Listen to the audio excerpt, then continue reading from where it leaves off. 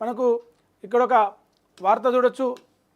మంత్రుల శాఖల్లో ఊహించని మార్పులు ఉంటాయి, మంత్రుల శాఖలు మారుస్తారు అని చెప్పేసి నిన్న మనం ఒక పోల్ కూడా నడిపించినాం.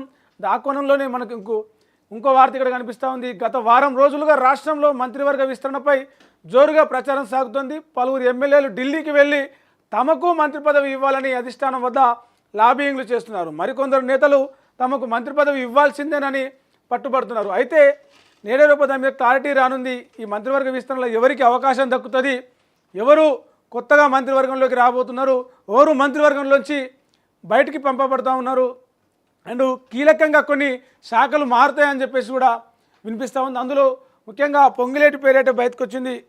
రెవెన్యూ శాఖపై రాష్ట్ర వ్యాప్తంగా చర్చ జరుగుతుంది. ప్రజాప్రతినిధుల మాటను రెవెన్యూ అధికారులు అంటే ఎమ్మెల్యేలు కావచ్చు, కాంగ్రెస్ పార్టీకి చెందిన నేతలు కావచ్చు, ఎవరి మాటను కూడా రెవెన్యూ అధికారులు వింటలేరు.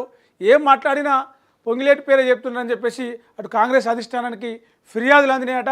అందుకే ఆయనను ఆ శాఖ నుంచి తప్పించి వేరే శాఖ అప్పచెప్పాలనే దిశగా అక్కడ ప్రచారం అయితే సాగుతుంది. ఇప్పటికే కాంగ్రెస్ పార్టీలో మంత్రుల విషయంలో మార్పులు వస్తారని చెప్పేసి చెప్పిన విషయం మనకు తెలుసు. మరి ఈ కోణంలో డిప్యూటీ సీఎం బట్టి విక్రమార్క, మహేష్ కుమార్ గౌడ్, ఉత్తమ్ కుమార్ రెడ్డి, రేవంత్ రెడ్డి వీళ్ళందరూ కూడా మీనాక్షి నటరాజన్ తోటి చర్చలు జరిపారు మంత్రివర్గ విస్తరణకు సంబంధించి.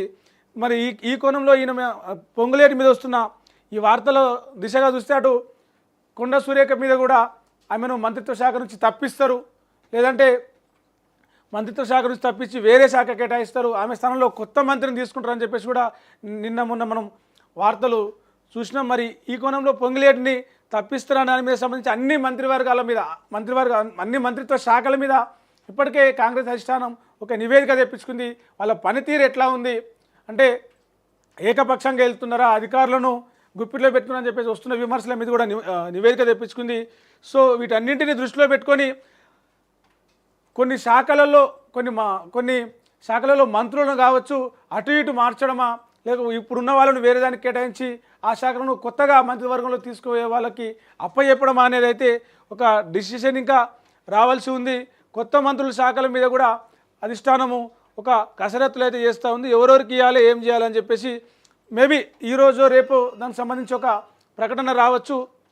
3-4 తేదీల్లో దానికి సంబంధించి వాళ్ళని ప్రమాణ స్వీకారం చేయించాలనే దిశగా కసరత్తులు జరుగుతున్నట్టయితే మనకు తెలుస్తూ ఉంది. ఇదే మంత్రివర్గం సంబంధించి మంత్రివర్గ విస్తరణకు సంబంధించి చూస్తే ఇటు ఉత్తమ్ కుమార్ రెడ్డి